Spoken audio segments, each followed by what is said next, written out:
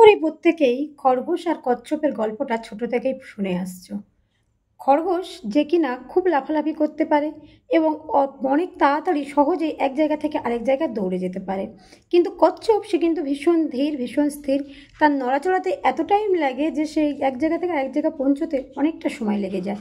তো একদিন কচ্ছপকে খরগোশ বলল যে তোর তো কোনো কর্ম নেই, তুই কিছু পারিসও না, তুই আমার মতন একদমই নোস।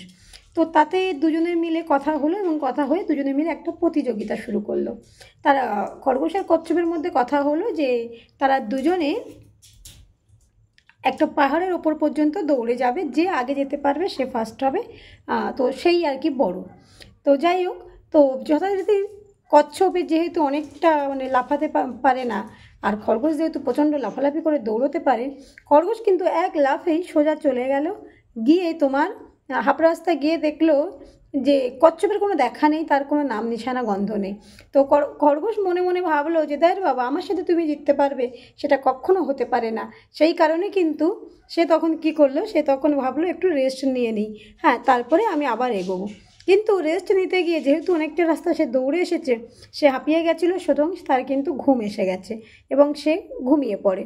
তারপরে যখন একটা ঘুম শেষ করে সে যখন উঠে দেখে, তখনও দেখছে যে কচ্ছপের কোনো পাত্তা নেই, তার চারদিকে কোথাও কচ্ছপকে দেখা যাচ্ছে না। তো খরগোশ মনে মনে ভাবলো যে আমাকে হারানো এত সোজা নয়, আমি যা মানে রেস্ট নেওয়ার পরেও তুমি আমার জায়গায় পৌঁছতে পারলে না। যাই হোক, আমি ফার্স্ট আমি জিতে গেছি এই ভেবে সে কিন্তু পাহাড়ের চূড়ায় গিয়ে দেখলো কচ্ছপ আগে থেকেই সেখানে বসে আছে। তার মানে হলো এটাই, আমরা জীবনে যারা একটু লাফালাফি করতে পারি বা যারা একটু বেশি বুদ্ধি ধরি, তারা মনে করি যে আমরা বোধহয় সব থেকে ফার্স্ট হয়ে গেলাম বা আমাদেরকে কেউ হারাতে পারবে না, আমরাই বোধহয় জীবনে সব থেকে আগে। কিন্তু তোমার ওই অ্যাকচুয়ালি তা কিন্তু হয় না। মানুষের এই ধারণাটা খুব ভুল একটা ধারণা। যে খুব হালকাভাবে চলে, যে আস্তে আস্তে চলছে, জানবে সেই কিন্তু কঠোর পরিশ্রমের সাথে সে নিজের রাস্তাটাকে পার করছে এবং সে একদিন সঠিক সময়ে সে পৌঁছে যাবে তার লক্ষ্যে, গন্তব্যস্থল যেখানে। আর তোমরা যারা লাফালাফি করে খানিক দূর গিয়েই ভাবছো যে আমি তো অনেক দূর এগিয়ে এসেছি, আর আমাকে কেউ হারাতে পারবে না, তারা সাবধান হয়ে যাও। কারণ এই ধরনের চিন্তাভাবনা মানুষকে কখনোই আগে যেতে দেয় না, সেটা কচ্ছপকেই সময়ে হোক আর মানুষের জন্যেই হোক। এই ধরনের চিন্তাভাবনা থেকে দূরে থাকো, এই ধরনের চিন্তাভাবনা থেকে বেরিয়ে আসার চেষ্টা করো। অল্প অল্প করে হাঁটতে হলেও নিজের নির্দিষ্ট গন্তব্যস্থলে পৌঁছে তবেই কিন্তু থামতে হয়, তার আগে থামতে হয় না।